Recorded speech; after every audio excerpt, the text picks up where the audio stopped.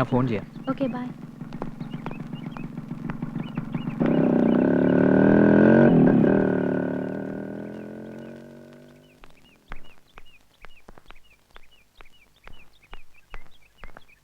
എന്തേ നമ്മുടെ കാർ വന്നില്ലേ?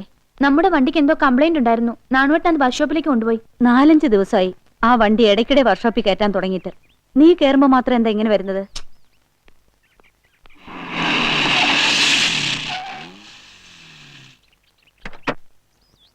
നാണോ ഒന്നിങ്ങി വരൂ.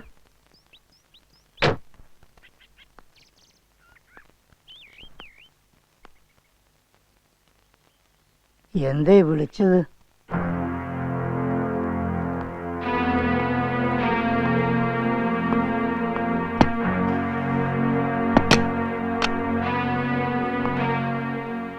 ഈ വീട്ടിൽ കള്ളത്തരം കാണിക്കാൻ ഞാൻ ആരെയും സമ്മതിക്കില്ല. ഓ സത്യം പറയണം, നമ്മുടെ വണ്ടിക്ക് എന്ത് പറ്റി? അല്ല, വണ്ടിക്ക് എന്താ പറ്റിച്ചാൽ അനുവിനെ താൻ എന്തിനാ മോട്ടോർ സൈക്കിളിൽ കയറ്റി വിട്ടത്? അയ്യോ, ഈശ്വരനസത്ത് ഞാനല്ലേ കയറ്റിയത്. മോട്ടോർ സൈക്കിൾ ഇത്രയല്ലേ ഉയരുള്ളൂ, ആ കുട്ടിക്ക് എന്നോട് കയറാലോ. അതിനാണോ തന്റെ കൈ കാറും തന്നു വിട്ടത്? എന്താ ചെയ്യാ, കാറ് കൊച്ചമ്മടതാ, മോളും കൊച്ചമ്മടതാ. ശമ്പളം വാങ്ങുന്ന നാണുവിനോടൊന്ന് കണ്ണടയ്ക്കാൻ പറഞ്ഞ അനുസരിക്കാനല്ലേ സാധിക്കൂ. ആ ഡാൻസ് മാഷ് ജയകൃഷ്ണനും മോളും തമ്മിൽ സ്നേഹത്തിലാ. ഇന്നും ഇന്നലെയും തുടങ്ങിയ സ്നേഹമല്ല, ഒരുപാട് കാലമായി. കുഞ്ഞിനോട് ചോദിച്ചപ്പോ നമ്മളൊക്കെ ജനിക്കുന്നതിന് മുമ്പുള്ള സ്നേഹാന്നാ പറഞ്ഞത്. പൊയ്ക്കോ, ഇതാരോടും പറയണ്ട. ഓ, നാളെ ഞാൻ വരണോ? ഞാൻ എത്ര നേരം നിന്നോന്നറിയോ? സ്റ്റാർട്ടാക്കി നാണുവേട്ടൻ മടുത്തു. ഈ കാർ കൊടുത്ത് നമുക്ക് വേറൊരു കാർ മേടിച്ചൂടെ? ഇതിന് എപ്പോഴും കംപ്ലൈന്റ് അച്ഛാ.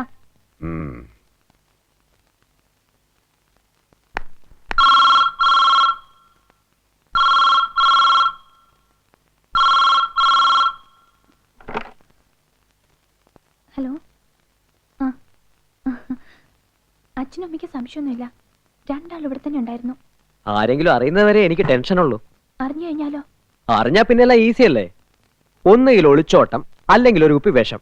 അതല്ലേ നാട്ടു നടപ്പ്.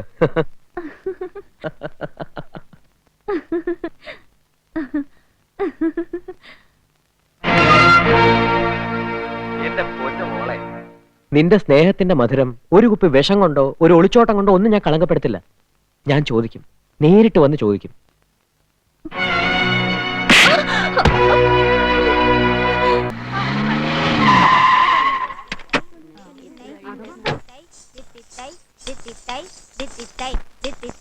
എവിടെ നിന്റെ മകൻ? എന്താണെങ്കിലും എന്നോട് പറയൂ. എനിക്ക് അവനോടാണ് സംസാരിക്കേണ്ടത്, നിന്റെ മകനോട്. ഒന്നും അറിയാത്തൊരു പെൺകുട്ടിയെ പഞ്ചാരവാക്ക് പറഞ്ഞു മയക്കാൻ ഏതൊരുത്തനും കഴിയും. പക്ഷെ അതിനു മുൻപ് അതിനുള്ള അവകാശം ഉണ്ടോന്ന് നോക്കണം. സ്നേഹം, എന്റെ മകളെ സ്നേഹിക്കാൻ നീ ആരടാ? പ്ലീസ് ദേവി, ഇത് നിങ്ങൾ പുറത്തേക്ക് വരൂ. നമുക്ക് അവിടെ ഇരുന്ന് ഒരക്ഷരം മിണ്ടരുത്. അമ്മയും മകനും ചേർന്ന് വഴിതെറ്റിക്കാനല്ല എന്റെ ഒരേ ഒരു മകളെ ഞാൻ ഇവിടേക്ക് അയച്ചത്. എന്റെ മകൾക്കൊരു കുടുംബമുണ്ട്. പേര് പറഞ്ഞാൽ 4 ആൾ അറിയുന്ന ഒരു അച്ഛനും അമ്മയും അവൾക്കുണ്ട്. സ്നേഹത്തിന്റെ പേരും പറഞ്ഞ് അവളുടെ പുറകെ നടക്കുന്ന നിന്റെ ഈ മകന്റെ അച്ഛനാരാ? ആദ്യം മകനൊരു അച്ഛനെ കൊടുക്ക, എന്നിട്ട് മതി അവനൊരു പെണ്ണിനെ കണ്ടുപിടിക്കുന്നത്. തന്തയില്ലാതെ ജനിച്ച നീയൊക്കെ തന്തയില്ലായ്മ കാണിക്കൂ. അതെന്റെ മകളോട് വേണ്ട. അത് പറയാനാ ഞാൻ വന്നത്.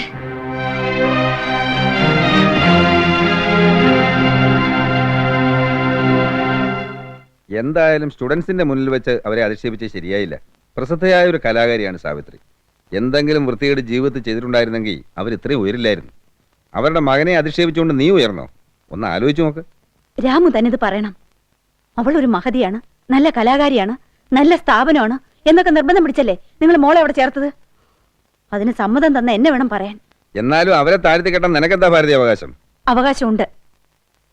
കണ്ടോ, ഇതാ ഇത് തന്നെ എന്റെ അവകാശം. എനിക്കൊരു ഭർത്താവുണ്ട്, അവൾക്കതില്ല. ആ ജയകൃഷ്ണന്റെ അച്ഛൻ ആരാണെന്ന് അവനറിയില്ല. Is A bastard. നമ്മുടെ മോക്ക് അവനെ പോലെ ഒരു കുഞ്ഞിനെ കൊടുത്ത് അവൻ അവന്റെ തന്തയുടെ സ്വഭാവം കാണിക്കില്ലെന്ന് നിങ്ങൾക്ക് പറയാൻ കഴിയുമോ? അനു ആരെ വേണമെങ്കിലും സ്നേഹിച്ചോട്ടെ, ഞാൻ സഹിക്കും. സ്വന്തം മതത്തിലല്ലെങ്കിൽ പോലും ഞാൻ സഹിക്കും. എന്നുവെച്ച് അച്ഛൻ ആരാണെന്ന് പറയാൻ അവകാശമില്ലാത്ത മകനും അതിൽ അന്തസ് കാണുന്ന ഒരു അമ്മയും തമ്മിലുള്ള ബന്ധം ഒരിക്കലും ഞാൻ സമ്മതിക്കില്ല. അത് തീർച്ച.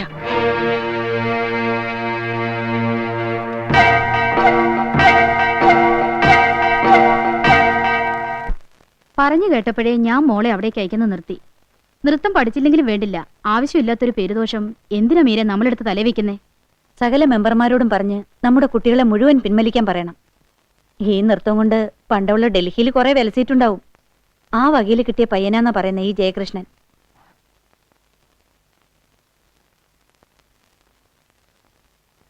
അമ്മയെപ്പോലെ ഇക്കാര്യത്തിൽ ബഹളം വെക്കാനൊന്നും അച്ഛന് താല്പര്യമില്ല. നീ ഇപ്പൊ കൊച്ചുകുട്ടിയല്ല, നിനക്ക് ബുദ്ധിയുണ്ട്. പക്ഷെ അവനോടൊപ്പം ഇവിടെ ബൈക്ക് വന്ന് ഇറങ്ങിയിട്ടും മോൾ അച്ഛനോട് കള്ളമല്ലേ പറഞ്ഞത്? മനഃപൂർവ്വമല്ല, ഭയം കൊണ്ടായിരുന്നു. എന്ന് വെച്ചാൽ നിനക്കും അച്ഛനെ മനസ്സിലായില്ലെന്നാണ്? അങ്ങനെ പറയരുത്. എനിക്ക് അച്ഛനെ അറിയാം, എന്റെ ഒപ്പം ഉണ്ടാവുമെന്നും അറിയാം. ഇല്ല, ഇക്കാര്യത്തിൽ അച്ഛന് നിന്റെ ഭാഗം ചേരാനാവില്ല. എന്തും തുറന്നു പറയാനുള്ള ചങ്കൂറ്റം വേണം. നീ എന്തേ അച്ഛനോട് കളവ് പറഞ്ഞേ? സത്യം അച്ഛനോട് പറഞ്ഞിരുന്നെങ്കിൽ ഈ ദിവസം മുഴുവൻ നമ്മളിങ്ങനെ വേദനിക്കേണ്ടി വരുമായിരുന്നോ മോളെ?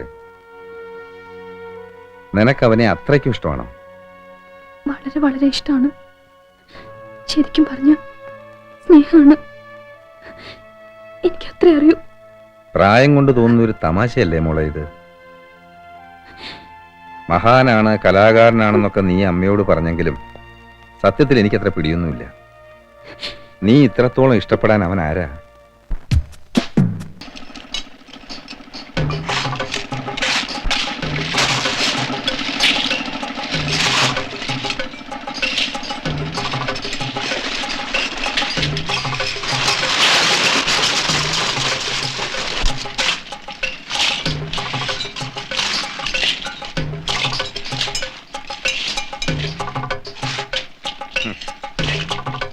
വാ.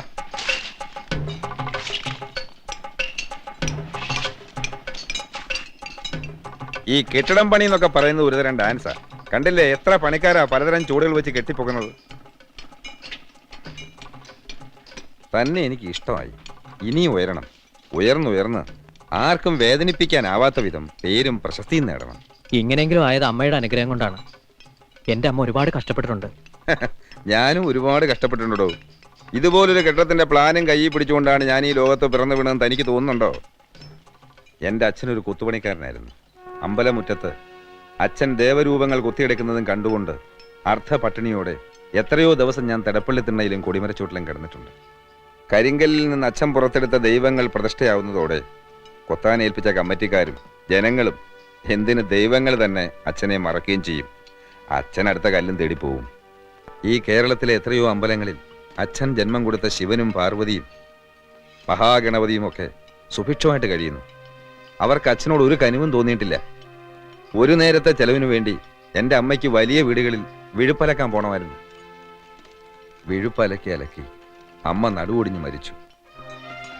ദൈവങ്ങളോടുള്ള വാശി തീർക്കാൻ അച്ഛൻ കുടിച്ചു മരിച്ചു. പിന്നെല്ലാം ഞാൻ ഒറ്റയ്ക്ക്. ഒരു ശക്തി, ഒരു വാശി. ആ വാശിയാണ് എന്നെ ഇവിടെ എത്തിച്ചത്. എത്ര വേദനിക്കുന്ന ചരിത്രം ഉണ്ടെങ്കിലും എത്ര പാവപ്പെട്ടവനാണെങ്കിലും അങ്കിളിന് പേരെടുത്ത് പറയാൻ ഒരു അച്ഛനുണ്ടായിരുന്നു. എനിക്കതില്ല അങ്കിൾ.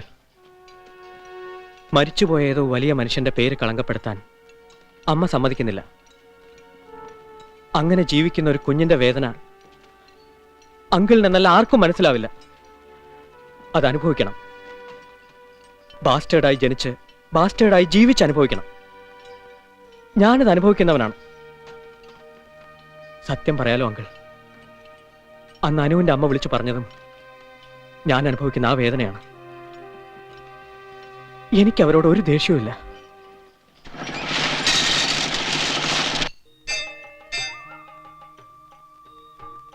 ഇന്നെന്തോ വിശേഷമുള്ള ദിവസം തോന്നുന്നു. ഇന്ന് വിശേഷ ദിവസമാണെങ്കിൽ നമുക്കൊരു വിശേഷമായാലെന്താ? എന്ത് വിശേഷം? ഒരു ചരട് വാങ്ങിച്ച് ഇയാളുടെ കൊടുത്താൽ പോയി ചേരില്ലേ? ഞാനത് ഇവിടെ വെച്ച് നിന്റെ കഴുത്തി കെട്ടാം, വെറുതെ ഒരു മനസമാധാനത്തിന്.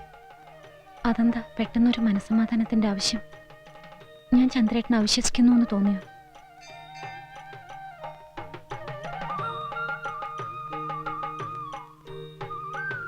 വാ മോനെ.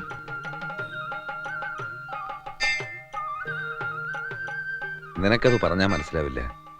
ശ്രീകുട്ടനെ ഓർത്തിട്ട അച്ഛനില്ലാത്ത കുഞ്ഞെന്ന് നാളെ അവനെ ആരും വിളിക്കരുത്. അതുകൊണ്ടാ, അല്ലാതെ ചന്ദ്രേട്ടന് കാര്യമായിട്ട് എന്തോ മനസ്സിൽ തട്ടിയിട്ടുണ്ട്. അതാ ഇങ്ങനെയൊക്കെ. തട്ടിയിട്ടുണ്ട് ശരിക്കും. ഞാൻ നിന്നെ നിയമപരമായി തന്നെ വിവാഹം കഴിക്കും. അങ്ങനെ ബഹളം വെച്ച് വേണമെന്നില്ല. ഞാനും നീയും ഈശ്വരനും അറിഞ്ഞാൽ മതി.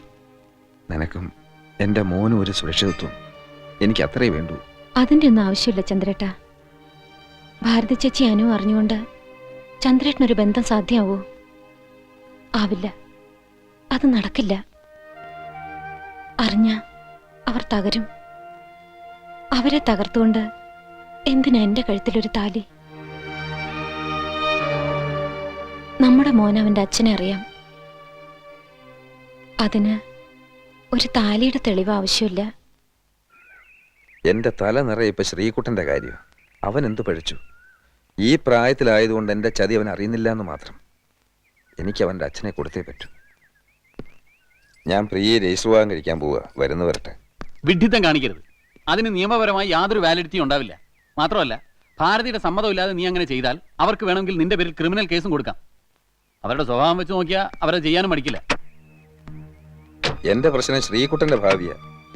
അവൻ ആരിൽ നിന്നും ആ വാക്ക് കേൾക്കാൻ ഇടവരരുത്. അത്രേ ഉള്ളൂ. ഏത് വാക്ക്? ഫാസ്റ്റാർ. തന്തയില്ലാത്തവൻ.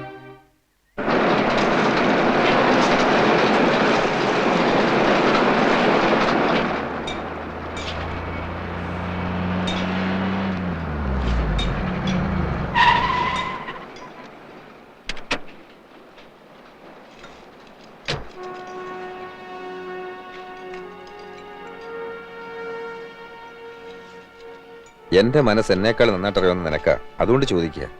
പ്രിയ ഇപ്പൊ താമസിക്കുന്ന വീടും പറമ്പും നമുക്ക് ശ്രീകുട്ടന്റെ പേരിലാക്കാം. എന്താ? അതൊരു നല്ല കാര്യമാണ്. അവൻ വളർന്നാൽ ആ രേഖ അവന് ആശ്വാസമായിരിക്കും. അച്ഛന്റെ സ്വത്ത് അവനെ കൈമാറുന്ന പോലെ രേഖയെ കാണിക്കണം. അത് തന്നെ അതിന്റെ മോറൽ വാല്യൂ. എനിക്കത് മതി. നിനക്ക് അങ്ങനെ ഒരു വീടുള്ളത് ഭാരതിക്ക് അറിയില്ലേ? അവള് ചോദിച്ചാൽ നീ എന്ത് സമാധാനം പറയും? അത് അപ്പോഴല്ലേ. ആ സമയം വരട്ടെ. ആദ്യം നീ ഇത് ചെയ്യേ.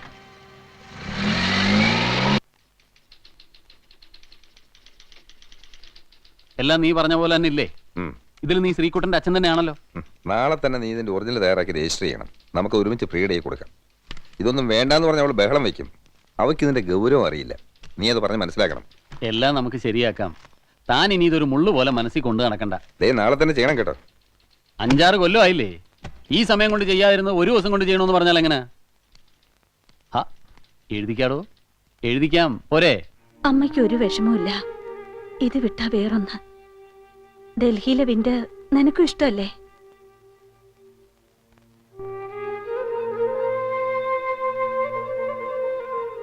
എനിക്കും വിഷമമില്ലഞ്ഞിട്ടല്ല. പക്ഷേ വയ്യ കുട്ടികളെ. പേരുദോഷം വന്നാ പിന്നെ ഏത് സ്ഥലത്തും നിലനിൽപ്പ് വിഷമമാണ്. നിങ്ങൾ തന്നെ കണ്ടില്ലേ? അനുവിന്റെ അമ്മ പറഞ്ഞത് കേട്ട് എത്രയെത്ര കുട്ടികളെ അവരുടെ പേരൻസ് തിരിച്ചു കൊണ്ടുപോയി. ഇനി നിങ്ങളും പോവും. അപ്പൊ മേഡം ഈ സ്കൂള് പൂട്ടാൻ പോകുന്നെന്ന് കേട്ടത് നേരാണോ?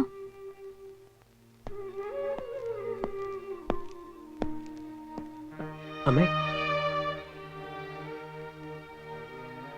ഞാൻ രാമചന്ദ്രൻ, ഭാരതിയുടെ ഹസ്ബൻഡ്. പറഞ്ഞു കേട്ട മഹത്വം കൊണ്ട് തന്നെ ഭാരതി പറഞ്ഞ വാക്കുകൾ നിങ്ങൾ മറന്നു കഴിഞ്ഞിരിക്കും എന്നെനിക്കറിയാം.